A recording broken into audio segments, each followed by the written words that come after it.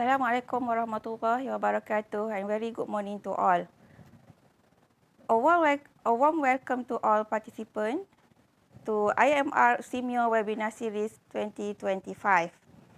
The theme today is Shorten Diagnostics Odyssey by enhancing screening strategies and unlocking potential biomarkers to reduce disease burden. Our presenters today are from the Institute for Medical Research in Malaysia.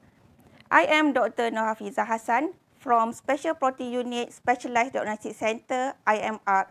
I will be the moderator for the today's session. For the introduction, I would like to introduce our center. Our center is known as Specialized Diagnostics Center.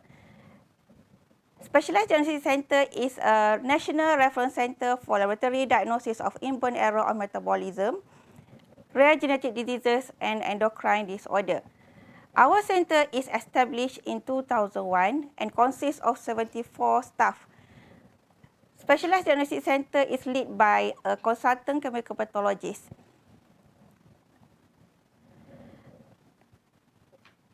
SDC is a MS ISO 15189 accredited laboratories that provides comprehensive specialized tests with more than 200 specialized tests in field of inborn error of metabolism, rare genetic diseases, and also endocrine disorder. SDC also conduct research and discovery of new disease biomarker, and as well as development of new laboratory method for specialized tests. SDC also is known as National Training Center for Medical Technologies, Medical Laboratory Technologies, Scientists, Medical Officer, and Ministry of Health Specialists in field of clinical hematology, chemical pathologists, and also endocrinologists. SDC also provide expert consultation for the scientists, chemical pathologists, and also clinical hematologists for the inborn error metabolism and also rare genetic diseases. SDC consists of 5 units, namely as Biochemistry Unit, Molecular Diagnostic Unit, Endocrine Unit, Special Protein Unit, and also Specimen Management Unit. We have our video to introduce our 5 units. Let's see the video.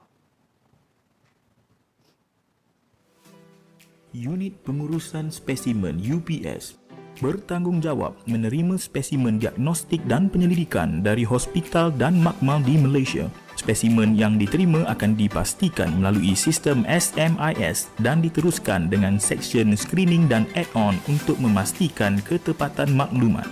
SMIS memudahkan kaki tangan IMR juga hospital untuk keputusan tracing dan semakan ujian yang ditawarkan di IMR. Sistem ini dianugerahkan Gold Medal Award kategori Best Presentation and Outstanding Creativity and Innovativeness of the Invention di The 10th World Invention Creativity Olympics 2021 di Seoul, Korea. SMIS juga menerima anugerah khas inovasi KKM pada tahun 2021. UPS memastikan setiap spesimen diterima diurus sebaiknya selari dengan konsep handle with heart untuk pesakit menerima rawatan yang terbaik. Unit Biokimia merupakan pusat rujukan kebangsaan yang menawarkan ujian komprehensif, saringan dan pengesahan penyakit biokimia genetik atau penyakit kepincangan metabolisme terwaris.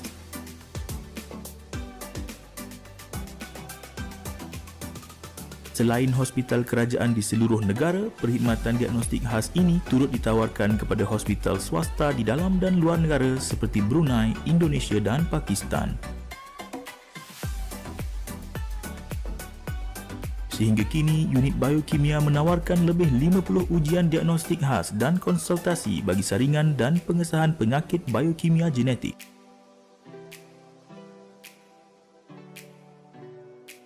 Antaranya penyakit metabolisme asid amino, asid organik dan pengoksidaan asid lemak, penyakit metabolisme karbohidrat, porfiria, neurometabolik dan penyakit penyimpanan lisosom.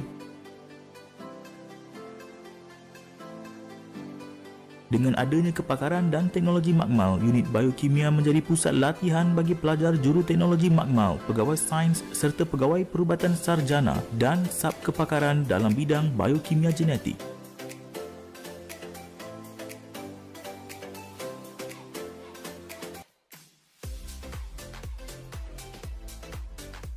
Unit Protein Khas atau UPK merupakan unit yang menjalankan beberapa ujian khas seperti Congenital Disorders of Glycosylation (CDG) atau gangguan congenital glycosylation adalah gangguan genetik yang jarang berlaku yang menjejaskan proses glycosylation. Proses ini sangat penting untuk fungsi sel yang betul dan perkembangan tubuh badan. UPK turut melakukan ujian amino acid plasma, urin dan CSF, hypercholic acid, S-sulfocysteine dan delta aminolevulinic acid. Ujian-ujian ini sangat penting dalam mengesan kepincangan inborn error of metabolism. UPK memainkan peranan penting menyediakan ujian dan konsultasi untuk membantu diagnosis pesakit di hospital kerajaan dan swasta.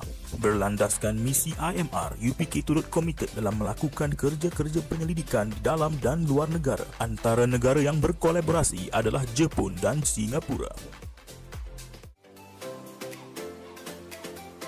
Unit Endocrine menjalankan ujian pengesanan penanda endokrin yang terlibat dalam penyakit gangguan terhadap perkembangan seksual. Antara kaedah pengesanan secara in vitro yang digunakan adalah terhadap sampel serum manusia melalui instrumen McLumi 2000. Selain itu, ujian diagnostik yang dijalankan juga termasuk pengesanan penyakit diabetes jenis 1 dan juga penyakit autoimun terpendam. Unit Molecular Diagnostic UMD mengekstrak DNA menggunakan platform berasaskan magnetic beads bagi mendapatkan DNA yang berkualiti tinggi. UMD menggunakan pelbagai kaedah diagnostik molekul seperti Sanger sequencing, real-time PCR, multiplex ligation dependent probe amplification dan capillary electrophoresis untuk membantu doktor membuat diagnosis yang tepat bagi pelbagai jenis penyakit genetik. UMD menjalankan ujian bagi lebih 100 jenis penyakit termasuk penyakit metabolik semula jadi IEM, spinal muscular atrophy, Fragile X, penyakit mitokondria dan banyak lagi untuk sampel dari seluruh Malaysia dan juga luar negara. UMD menyertai program External Quality Assessment seperti European Molecular Genetics Quality Network EMQN dan Genomic Quality Assessment GenQA semenjak 2010 untuk memastikan kualiti ujian diagnostik yang berterusan.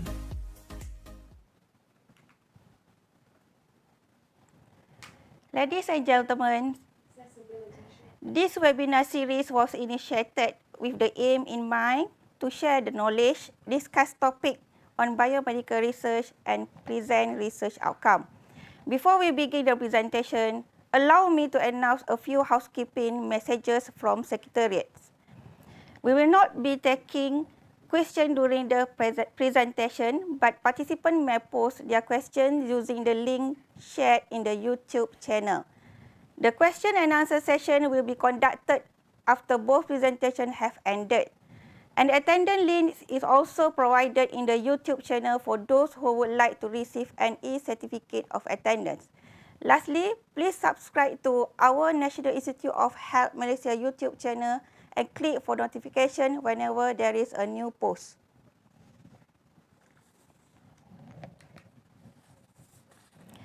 Ladies and gentlemen, for today's webinar, we have two speakers. Speaker 1 is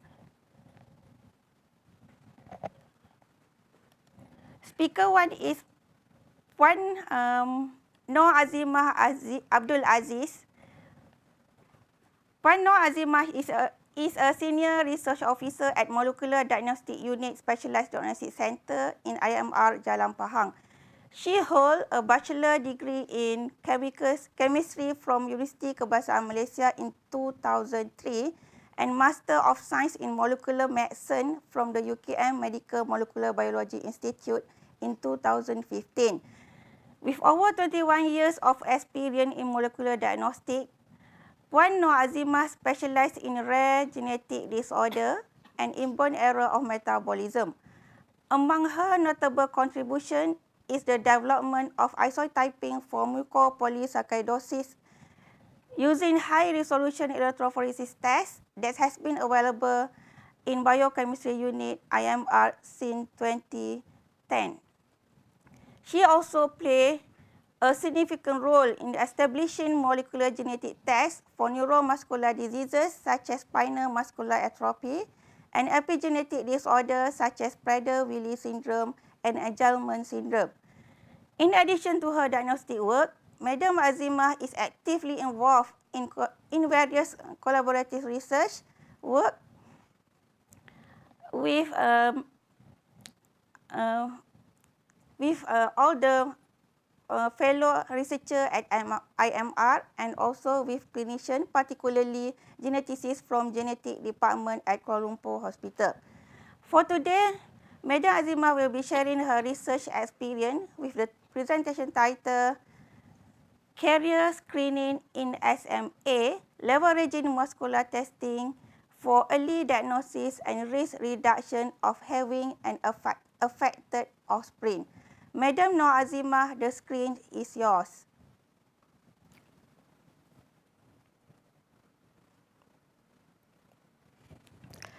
Okay, thank you very much to the moderator, Dr. Hafizah, for kind introduction. Assalamualaikum and very good morning to all the audience. As I have been introduced just now, I'm Azimah Abdul, Research Officer from Molecular Diagnostic Unit IMR. Today, I will present and sharing my knowledge on a topic entitled Carrier Screening in Spinal Muscular Atrophy SMA, Leveraging Molecular Testing for Early Diagnosis and Risk Reduction of Having an Affected Offspring. Here are the 5 outlines that I will cover today: introduction of SMA, laboratory diagnosis of SMA in IMR, carrier screening for SMA, treatment for SMA patients, and lastly, conclusion. Let's start with the introduction of SMA. Spinal muscular atrophy, SMA, is a genetic disease that is inherited in autosomal recessive manner, also referred as motor neuron disease or neuromuscular disorder. Okay, SMA caused by mutation in SMA1 gene located in chromosome 5, and this caused the degeneration of alpha motor neurons in the anterior horn of the spinal cord, which is loss of cells control that muscle movement. Patient shows progressive proximal muscle weakness, hypotonia, and more severe is paralysis. SMA is the second most common fatal autosomal recessive disorder after cystic fibrosis, and the estimated prevalence is 1 in 10,000 live births, with carrier frequency 1 in 41 in Europe, 1 in 48 in Asia, and 1 in 51 worldwide. Majority of SMA cases is due to homozygous deletion of SMA1 exon 7 SMA1 gene, and only 3 to 4% is due to compound heterozygous, which is deletion of SMA1 gene in one allele and pathogenic variant SMA1 gene in the other allele. Severity of SMA is influenced by the copy number of SMN2 gene. This figure shows the signal travel from the brain to the neuron and to the muscle in the normal individual compared to SMA patients. In normal individual, SMN protein, which is colored in green color, SMN protein keeps neuron working properly. And whereas in SMA patient, the mutation is in SMA1 gene cause the insufficient SMN protein and leads to neuron dysfunction where the signal does not reach the muscle. The clinical phenotype of SMA is heterogeneous, ranging from severe to mild form. There are 5 subtypes of SMA that classified based on age of onset and achieved milestones. Type 0 is a congenital type. It's a utero onset where the baby has decreased fetal movement, and at birth, baby has severe muscle weakness towards respiratory failure, and death always occur less than 6 months. Type 1 is the severe form, and where the symptoms appear less than 6 months. Patient has hypotonia, swallowing, and breathing difficulties. Patient only can sit with support. and death occur less than 2 years. Intermediate form is type 2 SMA, which is the symptoms appear at 6 to 18 months. Patient has worsening muscle weakness, respiratory issue. They can sit independently, and death occurs more than 2 years. And sometimes patient can achieve their 20 or 30 of age.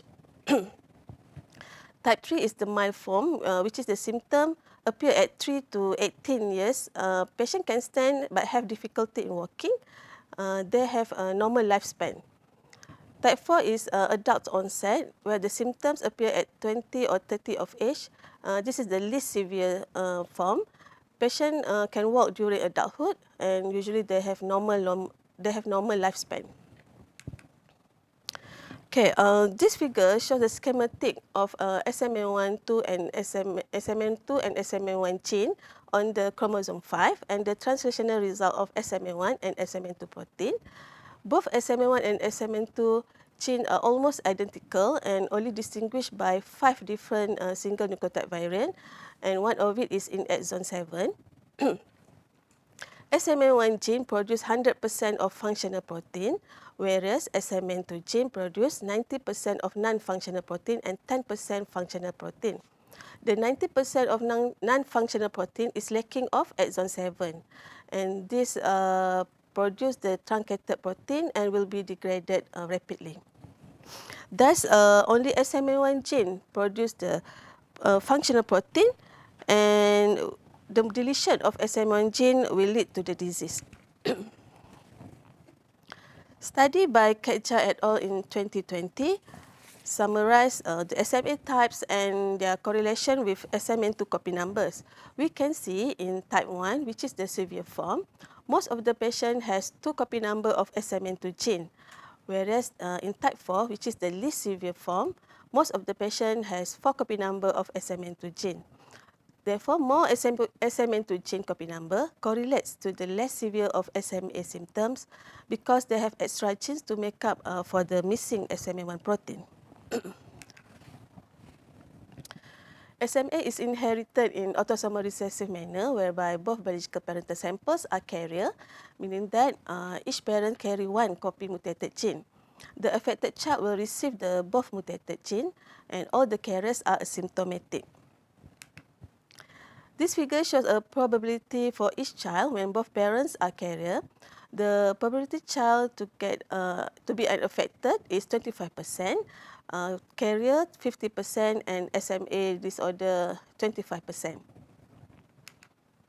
This figure shows probability for each child when both parents are carriers, and this is example when one of the parent is a silent carrier.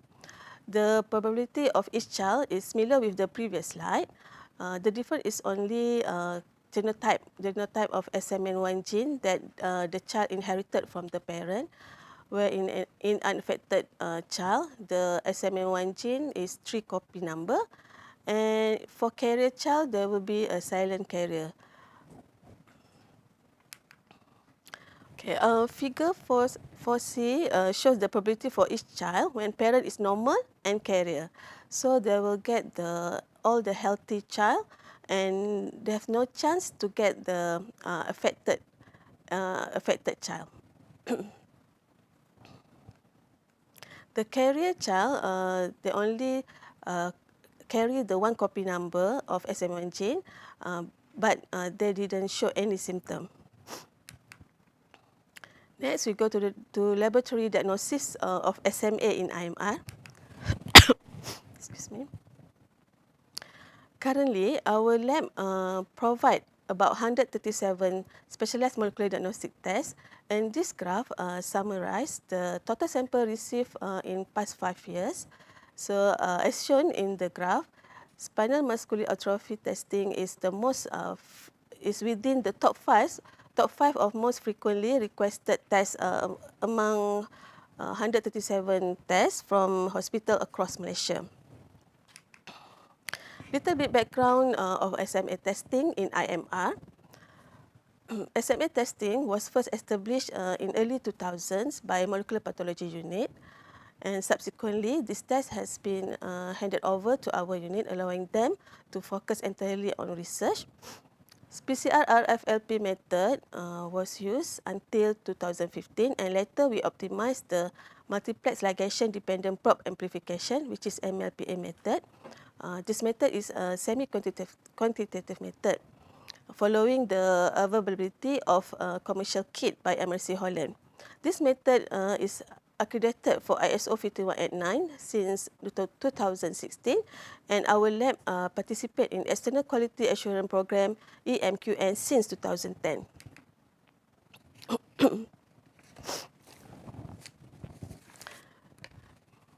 DTA blood samples were used in both PCR-RFLP and MLPA method. Samples received from 2009 to 2015 were analyzed using PCR-RFLP, and this method involved amplification of SMN1 and SMN2 gene, and then digested with the specific enzyme, then separated by gel electrophoresis, and the results is visualized using gel agarose. The result were analyzed using visualized using gel documentation. The sample received from 2016 to 2023, we analyzed the samples by using MLPA with the probe kits MLPA SMA. Okay, this technique involve denaturing of DNA, hybridization DNA with MLPA probe mix, ligation of the probe, amplification of ligation probe, and lastly separation the amplicon by genetic analyzer. The raw data was then analyzed by using gene marker software to identify the copy number of both SMN1 and SMN2 gene.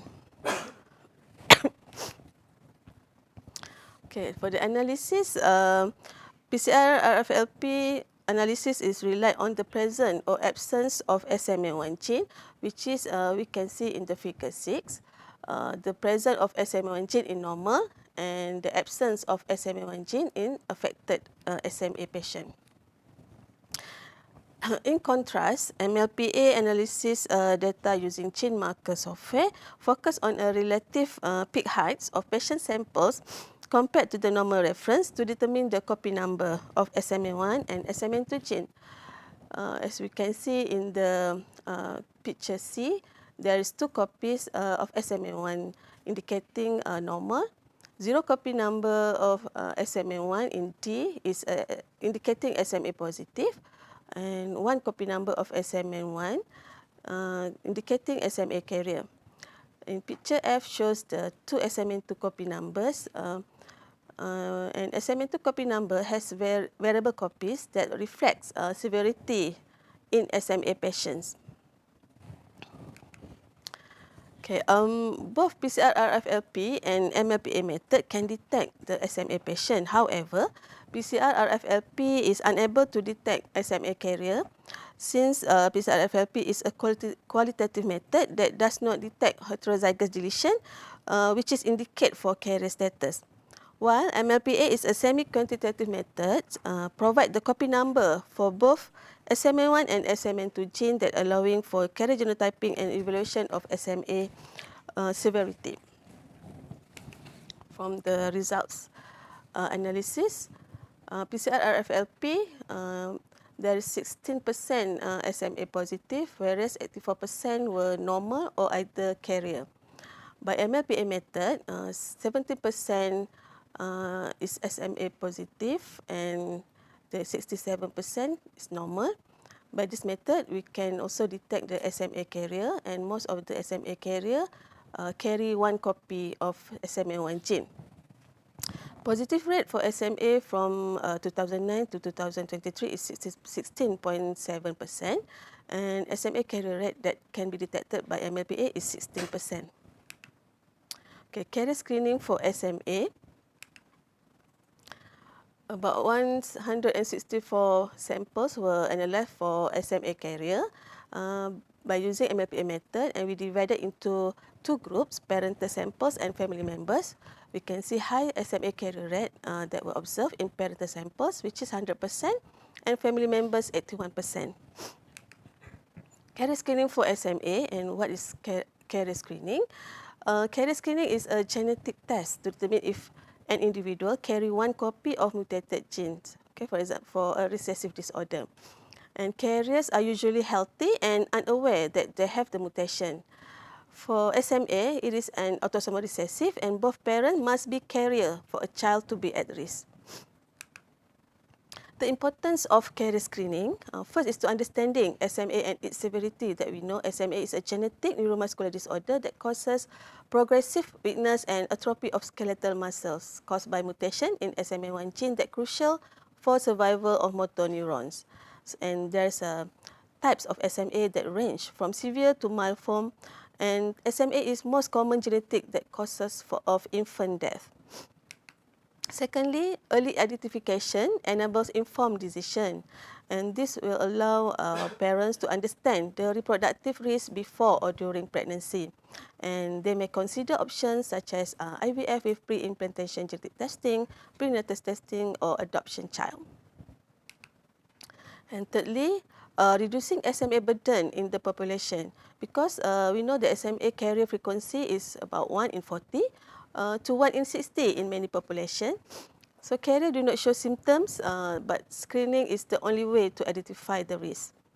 Including SMA in routine carrier screening led to earlier diagnosis and better preparedness. And lastly is to access to prenatal testing. Prenatal testing is offered to family with history of SMA to check for the presence of SMA1 mutation in developing fetus. And the prenatal samples that can be used is amniotic fluid and coronary villi. Sample requirement to be tested in our lab is the DNA extract from both either amniotic or coronary villi fluid and confirmed free from MCC, maternal cells contaminations, before sending to our lab. Treatment of SMA patients. There's no cure for SMA, but there's a treatment to manage symptoms and prevent complication. The symptoms management therapy available such as physical therapy to improve posture, prevent joint immobility, and slow muscle weakness.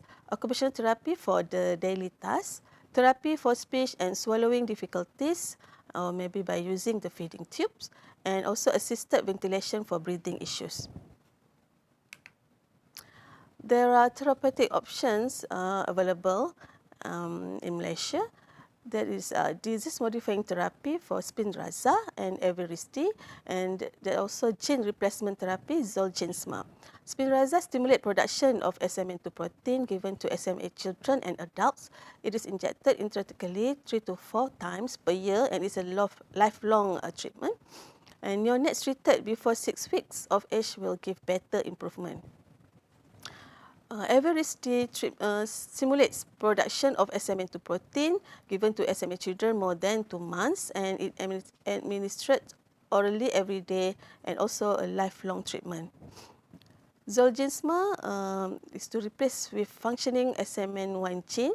It is a one-time intravenous infusion and will be given to SMA children less than 2 years. And this treatment must be paid by the patient themselves. And we come to my last slide.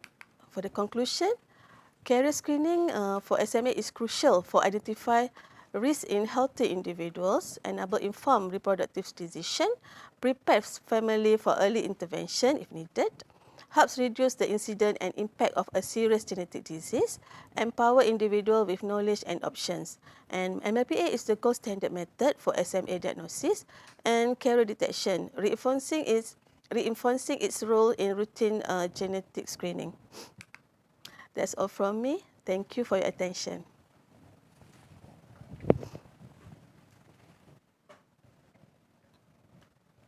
Thank you, Pada Azimah, for the interesting talk. If you have any question to ask about her presentation, kindly submit your question using the link provided in the YouTube channel. Next, I would like to introduce our second speaker for today, Dr. Nursyazwan Zamre. Dr. Shazwan holds a medical degree from University College Dublin. He served as houseman officer in Hospital Tengku Ampuan Najihah for 2 years, from 2014 to 2016. and later as an medical officer at Hospital Banting for 5 years. With over 2 years of experience in special protein unit, Dr. Nursyazwan specialized in amino acid testing for detecting and screening of amino acid metabolism disorders. In addition to his diagnostic work, Dr. Nursyazwan is actively involved in various collaborative research projects. He works closely with the fellow researcher at IMR and with clinicians, particularly medical respiratory physicians. It is our great privilege to have Dr. Nursyazwan with us today to share his research. His presentation title is Serum Crepe Wundenlungen-6 KL6 as a potential diagnostic marker for interstitial lung diseases. Over to you, Dr. Nursyazwan. The screen is yours.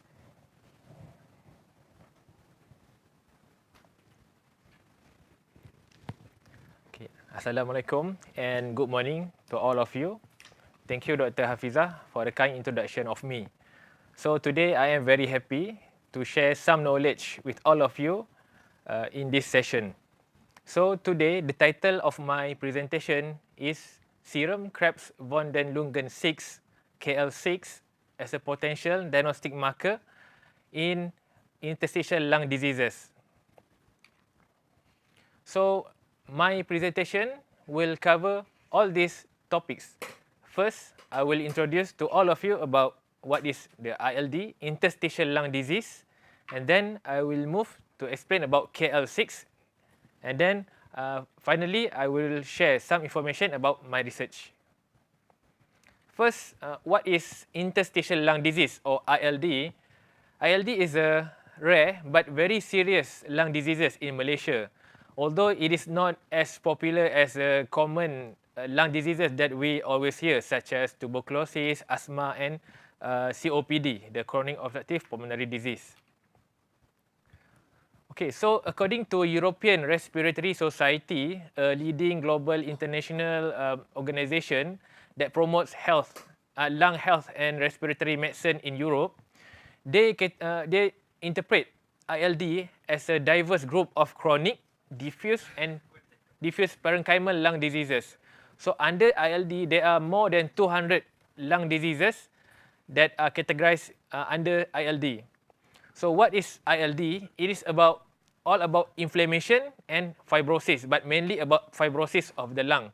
Fibrosis in the lung is like a scarring of the lung. So it is when the delicate tissue and tiny air sacs in your lung become inflamed and scar. Just imagine your lung is like a small sponge.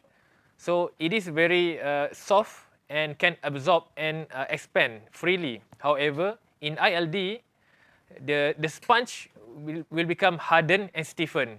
So this will make difficulty to expand the lung, and the oxygen transfer process is difficult. So in ILD, the patient suffering for this condition will obviously suffer some breathlessness.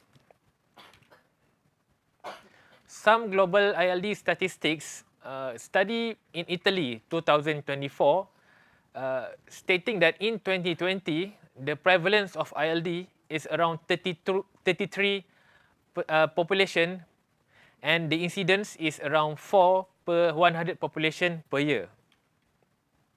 So in Malaysia, it is quite difficult because we don't have a proper or ILD registry, but there are white paper produced by a Galen Center, a think tank organization in Malaysia, that estimate the prevalence of ILD around 70 to 98 cases per 100,000 population, while the estimated incidence is around 20 to 30 cases per 100,000 per year.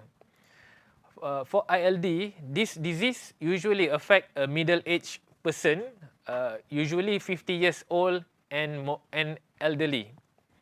However, younger patients can also be susceptible, especially when there are environmental exposure and occupational factors. So here are just a simple diagram that I have provided just to show you how the interstitial lung disease affect our lung. So if you can see on the left side, the red one, we can see our lung is very clear, and the alveolus is the lung tissue, and the bronchiole is a bigger lung tissue or lung pipe. So in a normal lung, as we can see on the left side, the gas oxygen transfer is freely available. It is not difficult for the oxygen to be transferred from the blood to the alveolus. However, if we look at the right side, okay, that is the lung with the ILD. As we can see, there are many fibrosis or like collagen surrounding the lung tissue, the color, the green color and the brown color one. So this fibrosis or scar tissue make the gas exchange difficult between the lung tissue and the blood vessel. So that's why patient with this kind of condition having difficulty in breathing. So here is another good example or picture that show you how ILD affect our lung. If we can see the picture below, the brown colored substance, actually the fibrosis or the collagen is filled surrounding the lung tissue. So this contribute to the difficulty in breathing. So basically ILD is all about scarring, to just say a simple term. Okay, then I will move to the causes of ILD. The causes of ILD can be categorized into known cause and unknown cause. So what ILD do to our lung? ILD cause damage to the alveoli and interstitium. Interstitium is a cell or tissue surrounding the alveoli. So this process will cause scarring and lung damage. So scarring process will promote the fibroblast, one type of cell in the lung, to proliferate. So fibroblast will produce collagen, and abundance of collagen will result in fibrosis. When fibrosis, the lung will become hardened, and definitely, eventually will cause reduced lung capacity and make the gas exchange difficult. So first, the known cause of ILD, there are so many causes of ILD, but we can always categorize all the causes into several groups. So the first group is the autoimmune and connective tissue disease. So these examples such as rheumatoid arthritis, systemic lupus erythematosus, SLE, and Sjogren's syndrome. The second one that can cause ILD is occupational or environmental factor. The example here is like silica that can cause silicosis, and asbestos that can cause asbestosis. For the organic dust represent by the plant pollen, and then the animal fur or animal feather that can cause infection or cause in the lung. So this kind of infection can be called the hypersensitivity pneumonitis or HP. The third cause we can categorize is the drug radiation, mainly through the chemotherapy and also radiation to the chest. And the fourth one is the infection, such as, but somehow rarely, such as tuberculosis and some viral pneumonia. And then for the unknown cause of ILD, this is the IIP, the idiopathic interstitial pneumonia. So under this term, the main diagnosis is the idiopathic pulmonary fibrosis, the IPF. So this kind of ILD is the most common and most severe and carry a bad prognosis to the patient. So the other cause of unknown cause is the non-specific interstitial pneumonia, NISP, cryptogenic organizing pneumonia, and acute interstitial pneumonia. So let's talk about the common symptom that ILD patient will experience. Obviously, it is shortness of breath and persistent dry cough, and generally the patient will feel fatigue.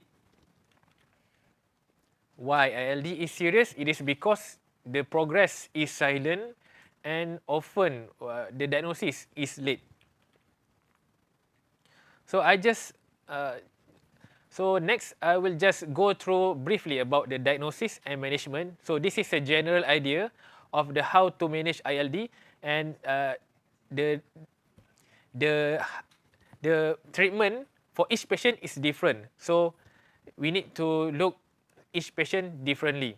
So basically, the gold standard to diagnose ILD is the multidisciplinary discussion that involve 3 persons, mainly the pulmonologist, which is the doctor that see the patient in ward and in clinic, radiologist, which is a doctor that see the patient scan, and the third one is the pathologist, the doctor that see the sample taken from the lung of the patient. So in ILD diagnosis, there are several core diagnostic tools, such as HRCT, the high resolution CT scan, that is non-invasive and widely used. And the other one is a pulmonary function test. It is like a machine or like a device that can be used by the patient to assess the capacity of the lung and how well your lung can transfer oxygen and use oxygen. And the medical history is also important in any other disease. Basically, the information from the patient is very valuable. Other tests that we can do is a blood test to investigate the cause of the ILD, such as autoimmune disease, and maybe somehow we can do lung biopsy if the diagnosis is certain and if the patient is suitable. And for the management, we obviously remove the causative agent, and the medication therapy, there's an anti-fibrotic therapy, mainly the pirfenidone and nintedanib. And then we can also use immunosuppressive therapy such as corticosteroid for a patient with connective tissue disease or autoimmune disease related ILD. And then the supportive measure, there's an oxygen therapy for those patients that need oxygen at home. And pulmonary rehabilitation is also a must. And also the palliative support is very important for those patients with a poor prognosis. And the lung transplantation is one of the management, but is quite rare in Malaysia.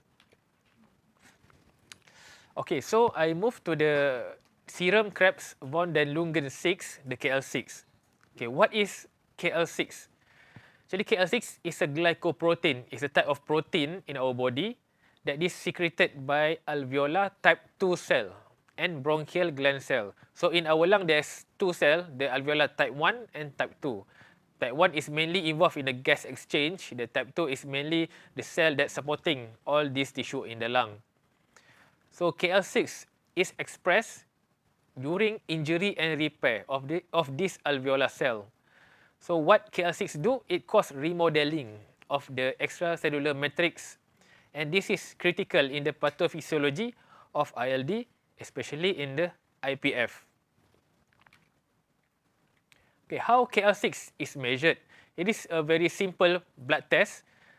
The practitioner will draw blood from the body, like 2 or 3 ml venous blood into the EDTA tube, and then from the purple coloured one, then the tube will be brought to the lab, centrifuge, and the test will be done in chemistry analyzer. So this is the machine that is used, the chemistry analyzer that is used to analyze the KL6 value. This is a Beckman Coulter AU480. This machine is located in our lab in Jalan Pahang, Kuala Lumpur. So why the ILD and KL6? Why? So it's because the value of KL6 correspond to the lung damage. There are increase in KL6 level when there is lung injury and there is a repair process. KL6 is also released into the bloodstream when there are inflammation or scarring of the lung. So in a simple term, we can say that KL6 is equal to scarring, to say the least. Thus, it is useful to detect ILD. KL6, the study by Zai et al. 2024 has shown that the KL6 has high diagnostic accuracy for idiopathic pulmonary fibrosis. So currently there are increase in the global interest in serum KL6. Like for example, in Japan, the KL6 is already in clinical use, supported by strong national evidence. And South Korea also uses KL6 for diagnostic and prognostic of ILD. However, in Europe, though not yet standardized in clinical practice, KL6 is extensively used in research as a promising biomarker in ILD research. However, in Malaysia, currently there are no studies that evaluates KL6 as a biomarker for ILD.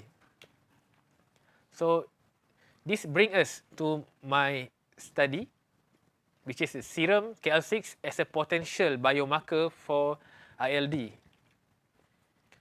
Why we did this study? It is obviously because currently there are no studies in Malaysia yet that evaluating the KL6 as a biomarker for ILD. And we are also in search for a new biomarker that is sensitive, feasible, less invasive, and cost-effective. And this will be a huge benefit for a resource-limited healthcare facility, especially in klinik kesihatan, the district clinic in Malaysia and district hospital. Just for your information, there are study in China 2017. There's a large Chinese multi-center study revealed that ILD patient had significantly higher mean KL6 value compared to the other lung diseases and also healthy subject.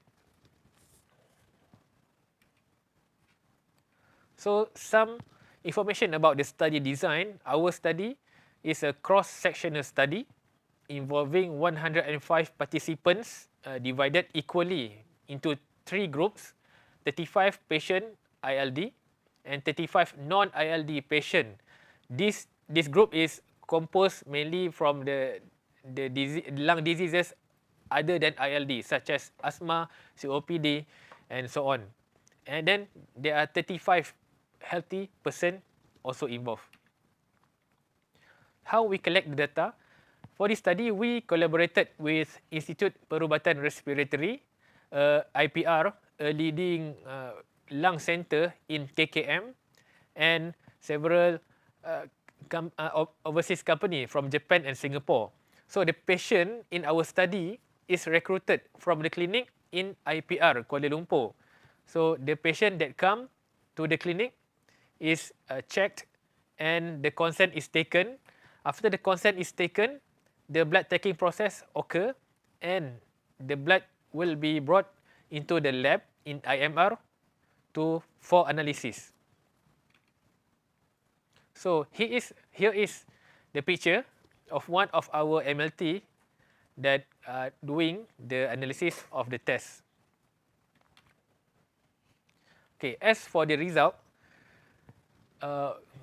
so this is a box plot showing the median value of KL6 among 3 groups, the ILD, non-ILD, and healthy patient.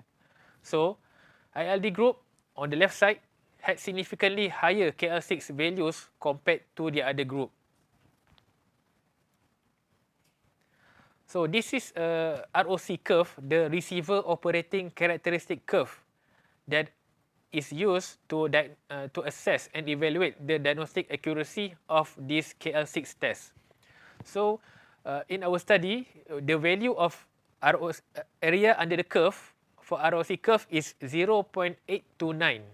0.829. So it shows a good potential as a diagnostic marker, as it can reliably distinguish between the ILD patient and non-ILD patient.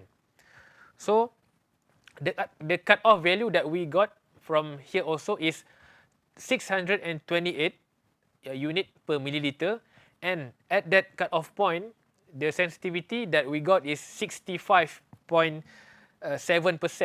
and the specificity is 91.4%. So why this matters? Because from the result that we got, KL6 could be a useful as an adjunct diagnostic tool. Though it cannot replace totally the current diagnostic modality, so KL6 will be a huge benefit in addition to the usual tools such as HRCT and pulmonary function test. And this simple blood test will definitely bring a huge benefit to resource limited setting by making the diagnosis early and making the doctor can manage the cases earlier. However, there are some limitations in this study, such as small sample size. That we have like 105 participants only. The international research usually involve like hundreds to thousands of patients and participants. And some for the future, this also pave way for a good future in KL6 study in Malaysia, such as we can do longitudinal study about the KL6, that we can assess the relationship between KL6 and the disease progression, KL6 and the disease severity. And eventually we can also develop our own local KL6 EQA program for KL6. So the benefits, the benefits of this study about KL6 and ILD, we can raise awareness of ILD to the general public. We know the common symptom, persistent dry cough, and also breathlessness in elderly. And for the doctor, we can make them aware of the availability of the KL6 test and can consider KL6 as a workup. And how this research help? It can help in our own Malaysian data.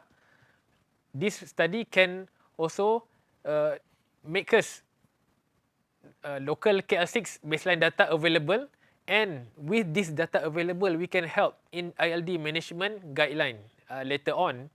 And this is also an opportunity for future multi-center studies.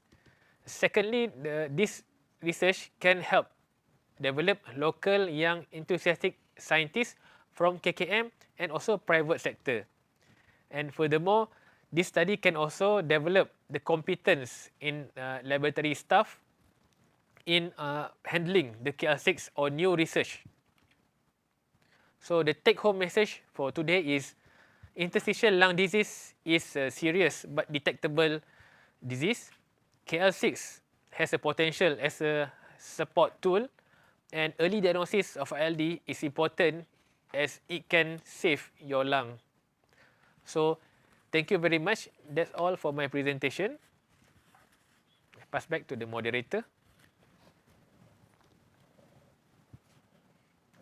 Thank you, Dr. Nursyazwan, for the insightful presentation. Now we are moving to question and answer session. Please do not hesitate to send us your question using the link provided in the YouTube channel. I will try my best to connect you to our distinguished speakers through the posted question. However, if the time does not allow us to address all the questions, our speaker will try their best to answer the question through email.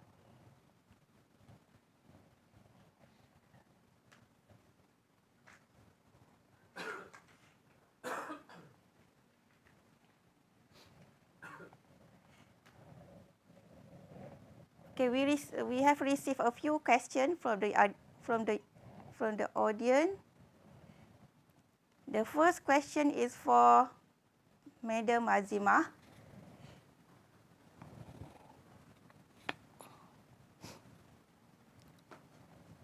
What is the turnaround time TAT for SMA gene dosage testing? Is there TAT for urgent sample? Okay, thank you for the question. The TAT for SMA testing right now is 5 months due to high workload and limited MLT staff in our unit. However, we will prioritize the request, the urgent samples to be done in 5 working days. And actually, now there's no specific TAT for urgent samples. That's answer from me. Thank you.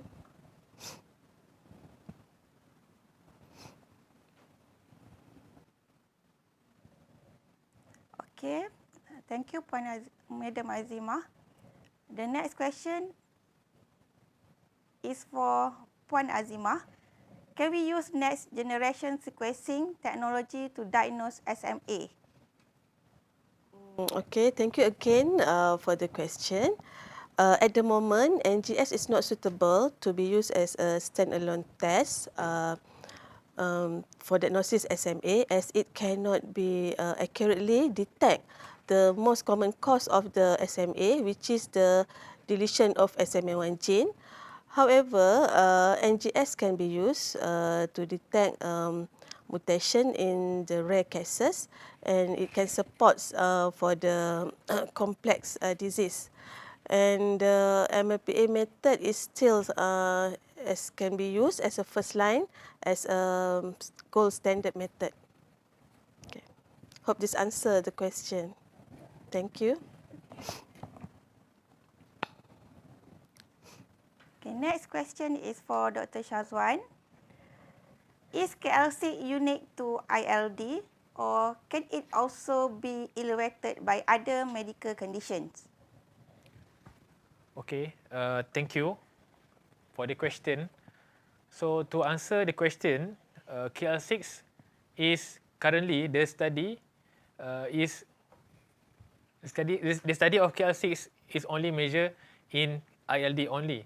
However, there are several studies that have been done that measure the KL6 value in other diseases, such as the other condition. The first is the lung cancer, especially those that affect the epithelial cell, such as adeno-CA. And then the other disease that can cause elevation of KL6 is the recent one is the COVID-19, where there are several studies in Europe or in Asia that shows KL6 is correlated with the severity of COVID-19 condition. And then the other cause is usually is the rheumatoid arthritis and SLE, as it is one of the cause of the ILD. So it can definitely increase, but not as high as the pure ILD cases. Yeah, I hope that's answer your question. Thank you, Dr. Nursyazwan. Next question is for Puan Azimah. As a public, where can we do the SMA carrier screening, especially for couples who are planning to get married? Okay, thank you for the question. Yeah, I think this is very important questions too. Samples that we receive for carrier screening are referred from genetic clinic in hospitals, and typically for parental samples or first degree relative of an affected child. Okay, for the public with high awareness of this disease, they can go to the genetic clinic in hospitals in HKL or Penang. So then they can be advised by the geneticist to do the carrier screening.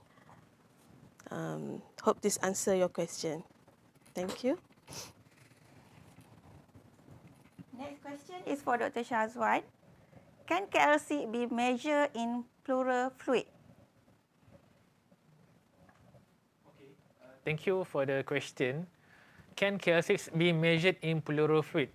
Currently, up until now, KL6 can only be measured in serum, and all the reagent, the QC calibrators in the market is validated and stabilized for serum or blood only. However, there are several studies or publications that say there are KL6 value in pleural fluid. So this opens up for the possibility for us to measure KL6 in pleural fluid. However, currently we only focus to measure KL6 in the blood only. Yeah, I hope that answers your question. Thank you.